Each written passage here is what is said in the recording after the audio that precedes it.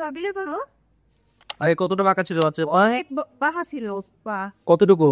অনেক সারা হাসো বাহা সারা হাঁটো অনেক ছয় হাঁটতে এখন তো ছয় হাঁটে না না এখন সারা হাঁটে না ইভাটা না আগে ছিল অনেক চিপ হয়ে গেছে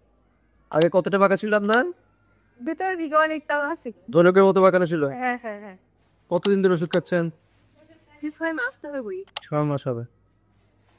এটা তো পায়ের মাঝখানে ফাঁক কমে এসছে অনেক তাই না ফাঁকটি তিনার ফাঁকা আগে কতটুকু ফাঁকা ছিল ভিতরে অনেক ফাঁকা ছিল অনেক ফাঁকা ছিল এখন আলহামদুলিল্লাহ ফাঁকা কমে আসছে দেখি দাঁড়া করেন তো একটু দাঁড়া বাবা এখন আলহামদুলিল্লাহ ফাঁকা নাই তাই তো না না না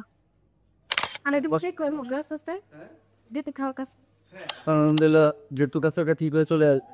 আগে কতটুকু ফাঁকা ছিল মনে হয় কয়ানুর পাক ছিল মাঝখানে অনেক পাচ্ছিল অনেক এখন তো আলহামদুলিল্লাহ ফাঁকা একেবারে কমে গেছে বাচ্চার রিকেটসের সমস্যা ছিল আগে হচ্ছে গিয়ে ধনুকের মতো বাঁকা ছিল পাত একেবারে সিভিয়ার বই এখন আলহামদুলিল্লাহ অনেকটা কারেকশনে চলে আসছে এবং কতদিন ধরে অভিজ্ঞতা আছে টোটাল 6 মাস ধরে দেখতে হচ্ছে আগে পা হাঁটার সময় একটু ফাঁকা করে করে ঘুরে ঘুরে হাঁটতো এখন আলহামদুলিল্লাহ পুরোপুরি ভালো হাঁটতেছে তাহলে দেখে আসছো হাঁটো বাবা হাঁটু দিতে হ্যাঁ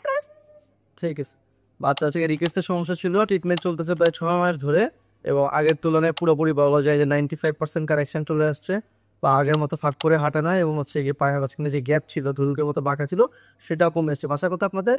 পা সবারই কস মানিকগঞ্জে